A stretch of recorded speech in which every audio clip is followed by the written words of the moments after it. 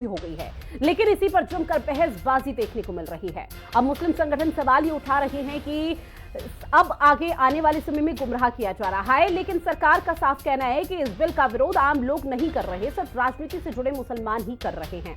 हालांकि यहाँ पर सवाल ये उठ जाता है कि क्या वाकई इस बिल पर मुसलमानों को गुमराह किया जा रहा है। सवाल ये भी उठ जाता है कि वक्फ संशोधन बिल से आखिर विपक्ष को परेशानी क्या है जो इस तरह की आपत्ति दर्ज करा रहा है। सवाल यहाँ पर यह भी उठ रहा है कि इस बिल से आम मुस्लिमों पर क्या असर पड़ेगा।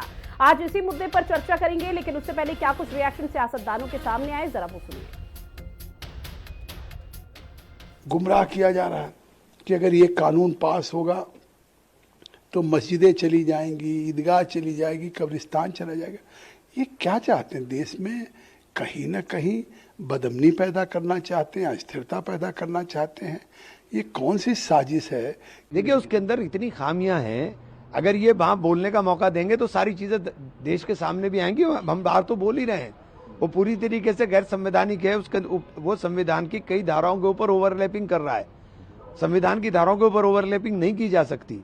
हमारे अधिकारों का संरक्षण जो संविधान ने हमें दिया है उसके ऊपर वो बुलडोज कर रहा है। सरकार हर बिल को टेबल करता है, वह बिल को भी टेबल करेगा। जयराम रमेश तो कह रहे हैं कि एंटी कॉन्स्टिट्यूशन है, ये एंटी पार्टी कह रही है। कोई संविधान के विरुद्ध सदन के अंदर में कोई बिल नहीं आता है, ये कांग्रेस को समझना चाहिए। कितना भी कोई विरोध कर ले, कितना भी कोई धरना दे दे, उनके इस प्रकार के अत्याचार अगर वो करने का प्रयास करेंगे, जैसा शाहीन बाग में किया था, इस बार उनको कुचल दिया जाएगा।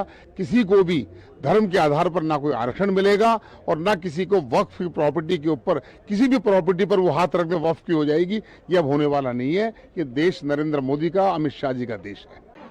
जितना हिस्ट्रीली ये बिल को लाया जा रहा है, इससे एकदम साफ है कि सरकार इसमें सीरियस काम नहीं चाहती है। सरकार नहीं चाहती कि इसमें एक्चुअली वक्फ इंस्टीट्यूशंस में सुधार हो। इस वक्फ बोर्ड को लेके पूरे देश भर में गलत इन्फॉर्मेशन फैलाने की सरकार कोशिश करती है, मिस इन्फॉर्मेशन फैला रही है, लोगों को वर्गला रही है और लोगों को मिसलीड करने का काम इसमें कर रही है। इसी बीच बड़ी खबर भी मिल रही है, जो आपसे कुछ ही देर में वक्फ संशोधन बिल पर आज एक बड़ी बैठक होने जा रही है। अब से कुछ ही देर बाद बिजनेस एडवाइजरी कमेटी की बड़ी बैठक होगी। लोकसभा स्पीकर की अध्यक्षता में यह बैठक होनी है, जहां सभी दल फ्लोर लीडर्स को बिल पर इस दौरान ब्रीफ किया जाएगा। साथ ही आपको बता दें कि बैठक के दौरान राजनाथ सिंह, किरण रिजिजू पर दलों से बात करने की जिम्मेदारी सौंपी जा सकती है, सूत्र बता रहे हैं। कल लोकसभा में पेश हो सकता है वक्फ संशोधन बिल, जिसको लेकर लगातार सियासत हो रही है और सियासत जो हो रही है उसमें तमाम तरह के जो रिएक्शन है वो लगातार सामने आ चुके हैं। ये 3 तस्वीरें भी आप देखिए, जहां वक्फ बिल के खिलाफ काली पट्टी बांधकर यहां पर प्रदर्शन करने की जो प्रक्रिया है, जो तस्वीरें हैं वो देखने को मिल रही है, जहां कल सदन में पेश किया जा सकता है वक्फ संशोधन बिल। साथ ही अब इस बिल को लेकर समर्थन में कैथोलिक बिशप्स भी नजर आ रहे हैं। हालांकि यहां पर जो मुस्लिम समुदाय है उनको ये गुमराह करने की कोशिश की जा रही है, ऐसा विपक्ष आरोप लगा, सत्ता पक्ष का कहना कि विपक्ष उनको गुमराह करने की कोशिश कर रहा है कि उनकी संपत्ति को नुकसान हो जाएगा, उनकी प्रॉपर्टी को नुकसान होगा, उनकी मस्जिद, ईदगाह भी उनके हाथों से चली जाएगी। ऐसे में विपक्ष भी लगातार सत्ता पक्ष को घेर रहा है और विपक्ष का ये सवाल पूछना कि अगर सत्ता पक्ष को लगता है कि इस बिल में कई बड़ी उपलब्धियां और कई बड़े ऐसे फैसले हैं, तो वो मुस्लिम समुदाय को समझाए। वहां पर समझाने में आखिर दिक्कत क्यों हो रही है? अब ऐसे में आप ग्राफिक्स के माध्यम से समझिए कहां वक्फ बिल को लेकर बदलाव का जो सफर है वो आगे कैसे देखने को मिल पाएगा। 8 अगस्त 2024 संसद में वक्फ बिल पेश होगा। 29 जनवरी 2025 जेपीसी से बिल पर ड्राफ्ट रिपोर्ट को मंजूरी मिली। 30 जनवरी 2025 लोकसभा स्पीकर को रिपोर्ट सौंपी गई। 13 जनवरी 2025 जेपीसी की रिपोर्ट संसद में पेश की गई।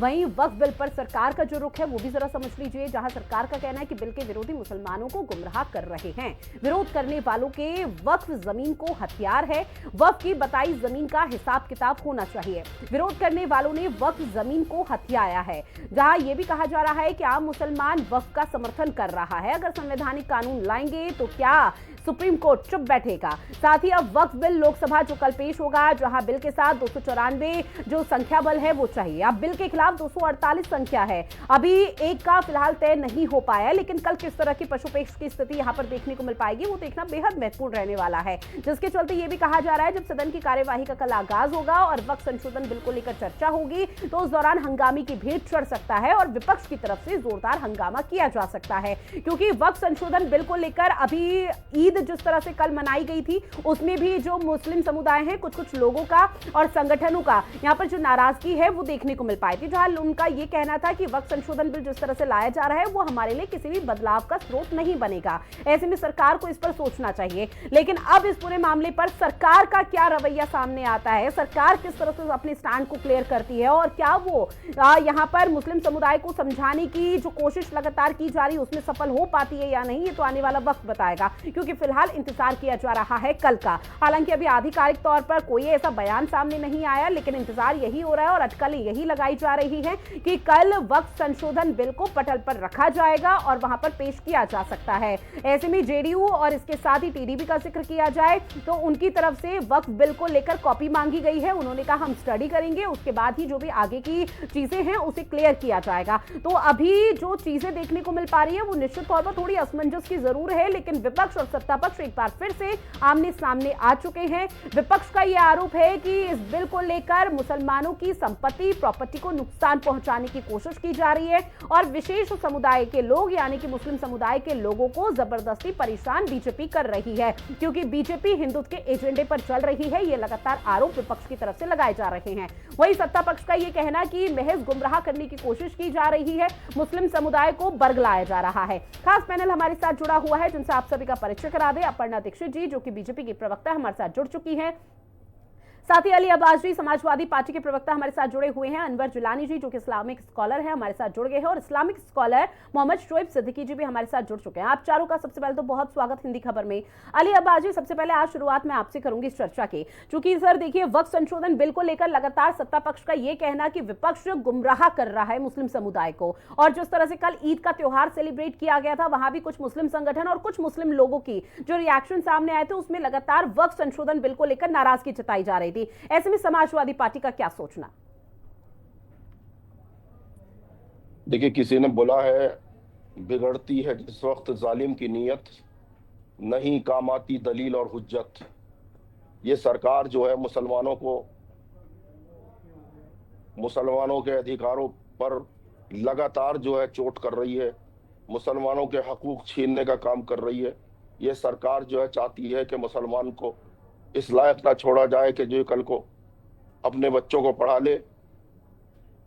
अपने मस्जिदों में जो है ये मस्जिदों तक पे जो है कल घुसने में पाबंदी रही। कल नमाज में भी कई जिलों से ये सूचना आई कि पुलिस वहां एंट्री नहीं होने दे रही थी। मुरादाबाद में सब ने देखा। ये सरकार जो है इसकी नीयत खराब है, नीयत में खोट है। ये मुसलमानों को जो है बर्बाद करना चाह रही है और ये सरकार का जो है ये एक एजेंडा है कि पहले मुसलमान को, उसके बाद सिख को, उसके बाद क्रिश्चियन को, उसके बाद पिछड़ों और दलितों को जो है इनके सब हक हकूक छीन ले। ये सबसे पहले मुसलमानों को जो है टारगेट कर रही है और पूरा देश जो है ये देख रहा है, इनकी करतूत को देख रहा है। लेकिन सर ये समझाइए एक बार कि अब वक्फ संशोधन बिल जब अगर पटल में कल पेश किया जाएगा, जब इसको लेकर गहमा गहमी देखने को मिल पाएगी, मुसलमानों का हक किस तरह से छीना जा रहा है? क्योंकि लगातार समाजवादी पार्टी ही नहीं, कांग्रेस बल्कि कई विपक्षी दल यही कह रहे हैं कि मुसलमानों की संपत्ति और प्रॉपर्टी छीन ली जाएगी। वक्फ संशोधन बिल में तो ऐसा कुछ भी यहाँ पर जिक्र नहीं किया गया। आपने इसकी कॉपी दी है, हमें कॉपी दी है, इसकी जो कॉपी दे दीजिएगा प्लीज। तो लोगों को जो गुमराह किया जा रहा है, हाँ। चैनल भी हमारे जो है गरीब गुरबा लोगों के साथ नहीं है, क्योंकि इनकी मोटी मोटी जो है तनख्वाहें मिलती है। एंकर्स लोग भी जो है हाँ। गुमराह करते हैं। पूरे देश को जो है मीडिया ने गुमराह कर रखा है और एक ऐसे आदमी को लाके, सर मुझे लगता है मीडिया पर सवाल उठाने से पहले बेहतर है कि आप लोगों को थोड़ा पढ़ लिख लेना चाहिए। प्रदेश में आप चूंकि वरिष्ठ हैं, आपसे मैं बहुत इत्मीनान से और तमीज से बात कर रही हूँ, लेकिन आप जिस तरह से लगातार एंकर पर ही सवाल उठा देते हैं, वो समाजवादी पार्टी का रवैया बिल्कुल भी सही नहीं होता है। चेयरमैन बना के और मुसलमानों की संपत्ति, मुसलमानों के कब्रिस्तान, मस्जिदें और खानखाहों पर कब्जा करने की नीयत है। क्योंकि ये जो जेपीसी के जो चेयरमैन बनाए गए हैं माननीय जगदम्बिका पाल जी, इन्हें उत्तर प्रदेश की जनता ने एक दिन में ही जो है इनको जो है वो कर दिया था, पद से हटा दिया था। तो मैं तो यही कहूंगा कि इस आदमी को लाके इन्होंने जो है बलि का बकरा बनाया। ठीक है, अली अब्बासी पर एक बार ना आप वक्त संशोधन बिल की कॉपी जरूर पढ़िएगा सर। अभी न्यूज चैनल के पास आए ना आए वो आपको पकड़ाए, उससे बेहतर है कि आप सर गूगल कर लीजिए कि उसमें क्या क्या प्रावधान है, किस तरह की चीजों का बदलाव होगा, वो आपको बेहतर तरीके से समझ आ जाएगा। दूसरों पर उंगली उठाने से पहले शायद खुद समझना चाहिए, क्योंकि अगर यही रिएक्शन आपके सामने आएंगे तो निश्चित तौर पर फिर यही कहा जाएगा। अभी तो सिर्फ सत्ता पक्ष कह रहा है कि गुमराह करने की कोशिश, और आपसे वही सवाल लिया गया था। लौटूंगी मैं आपके पास। हमारी संपत्तियों पे इनको क्या अधिकार आता है? हमारी मस्जिदों के ऊपर ये फैसला लेंगे, इनको क्या वही अधिकार सवाल है? आपसे पूछा था कि किस तरह से आप बस ये समझाने की कोशिश शासन कीजिए। प्रशासन चलाएंगे, इनको क्या अधिकार है? ये हमारी जो है खबरों पे जो है कब्रें उखाड़ रहे हैं, ये गड़े मुर्दे उखाड़ने आई है सरकार। ये नहीं, ये नहीं हो रहा है। हाँ ठीक है, अनवर जिलानी जी आपके पास आते हुए सर, चूंकि आप इस्लामिक स्कॉलर हैं, आप वक्त संशोधन बिल को कैसे देख रहे हैं? आप समर्थन में है या इसके किसान परेशान है, नौजवान परेशान है। ठीक है, अली अब्बासी सर और भी पैनलिस्ट मेरे साथ जुड़े हुए हैं, अब उनको भी सुन लेते हैं कि उनका परसेप्शन क्या है।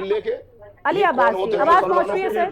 जो है धार्मिक अधिकारों पे कुठाराघात कर रहे हैं। मैं इसके विरोध में हूँ। इनके जो जमीन है वक्फ बोर्ड की, वो किसी के बाप की नहीं है, ये हम लोग की जमीन है।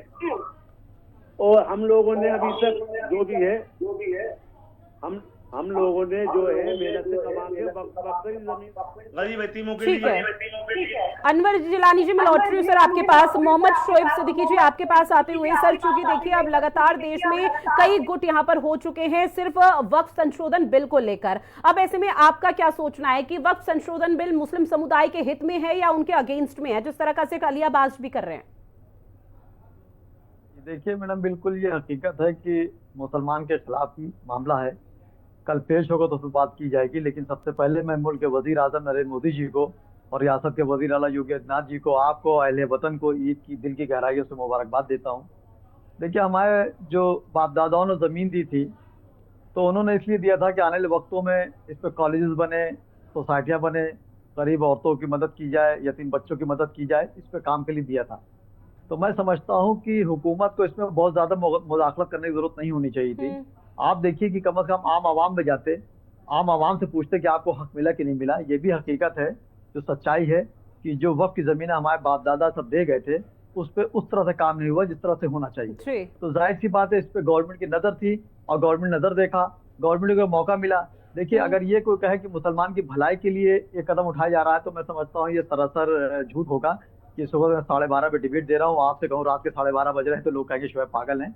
इसमें देखिए नफ्सा नफ्सी का आलम है, जहाँ औलाद अपने माँ बाप का नहीं, शागिर्द अपने उस्ताद का नहीं है, वहाँ पे मुसलमानों के लिए इतनी हमदर्दी मैं समझता हूँ कहीं ना कहीं पसे पर्दा ये गहरी सियासत का मंजर आएगा।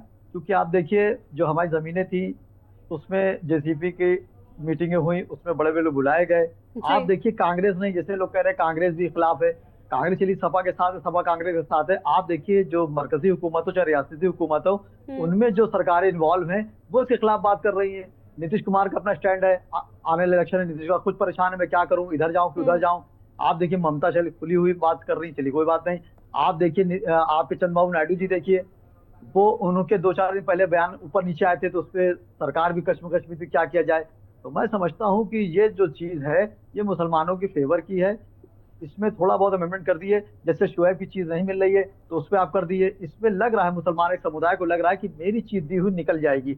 आप देखिए इसमें कब्रिस्तान भी आ रहे हैं, खानकाहें भी आ रही हैं, मस्जिद भी आ रहे हैं, मज़ारे भी आ रहे हैं, तकरीबन हर चीज आ रही है। तो मैं समझता हूँ कि मुसलमान अपने को ठगा महसूस कर रहा है, जिसने मुल्क की आज़ादी में अपनी जानें गंवा दी, माओ ने अपने बेटे गंवा दिए, बहन ने अपने भाई गंवा दिए, उसके बाद हमको इस सिला मिलना तो मैं समझता बहुत अफसोस की बात है। और कल मैं जब पेश होगा तो मुझे उम्मीद है कि आप देखिएगा कि जो उनके साथ जो हुकूमतें साथ में मलाई काट रही हैं वो इसके अगेंस्ट बात करें, क्योंकि सबको अपने सियासत की रोटी सेकना। देखिए चाहे चंद्रबाबू नायडू हो, चाहे नीतीश कुमार हो, चाहे यहाँ पे राजभर जी हो, राजभर जी का बयान देखिए, बराबर बोलते रहते कभी इधर या उधर। देखिएगा ये स्टैंड लेंगे, चूंकि मुसलमान को हमेशा जो है तेज पत्ता समझा गया, खाने में लज्जत के लिए तो मिला लिया गया, लेकिन जब खाना बन गया तेज पत्ता निकाल के फेंक दिया गया। तो मुसलमान भी एक स्टैंड लिए हुए और जो पार्टियां स्टैंड लिए, मेरी हुकूमत से गुजारिश रहेगी खास करके मोदी जी से, वोट बैंक की राजनीति के तौर पर देखा जा रहा है तमाम राजनीतिक पार्टियों के माध्यम से। ठीक है, अनवर जिलानी जी अपनी बात रखिए सर आप। मुसलमानों को तो बेवकूफ बनाया गया है आज तक। अब देखिए अब्दुल गनी थे बीजेपी के इतने अच्छे नेता, खाली उन्होंने इतना कह दिया सीट हार रहे हैं, उस पर बीजेपी ने हरा दिया, मतलब हटा दिया। आज तक बीजेपी वफादार नहीं है मुसलमानों की। और ये हम आपके क्षेत्र के माध्यम से बताना चाहते हैं कि आज मुसलमान की नहीं है, कल दलित की नहीं होगी, 500 पंजाबी की नहीं होगी, किसी की वफादार नहीं है। ये बेईमान झूठे लोग हैं कि डरा धमका के ईडी का और सीबीआई का बता के और चंदा लेके वो दंगाइयों को पैसा देते हैं, शराब पिलाते, नशा। इनका मेन मकसद है देश को टुकड़े करना, देश को बर्बाद करना। इन्हें आज वक्फ बोर्ड से मतलब है, कल दूसरी जमीन से मतलब होगा। आज हिंदुस्तान में 75% वक्फ बोर्ड की जमीनों पे मंदिर बने हैं, उस पे हम लोग खामोश रहे कि चलो आस्था हैगी। आप पता लगाई, मैं बताऊंगा आपको, देखिए आप कि 25% वक्फ बोर्ड जमीन पे मंदिर बना, लेकिन मुसलमान ने बोला चलो इनकी आस्था है। लेकिन आप अब पूरा ही आप हैंड ओवर कर लो तो गलत है ना। मेन अडानी अबानी का मकान तक वक्फ बोर्ड में है, वो लग रहा है कि ऐसा नहीं खाली हो जाए। भाई वो जो मकान दिया था यतीमों के लिए दिया था, यतीम खाने के लिए, तो अडानी इन्होंने कब्जा कर लिया, किराया नहीं दे रहा उसका, कितने लाख रुपए किराया है।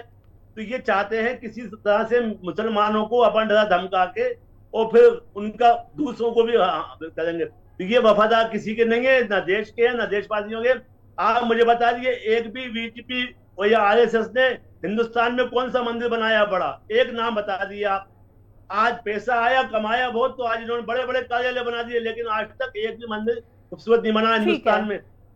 आज अभी तक जितने इन्होंने बड़े कार्यालय बनाए हैं आरएसएस बीजेपी के, एक मंदिर बता दें अपने पैसे से बनाया हो। बाबरी मस्जिद जो बनाई है वो भी हमने दी थी आस्था के बिना पे, चलो हिंदू भाई हमारे हैं आज तक, लेकिन आस्था का उन्होंने गलत इस्तेमाल लिया कि हमें मस्जिद को कहलाएं।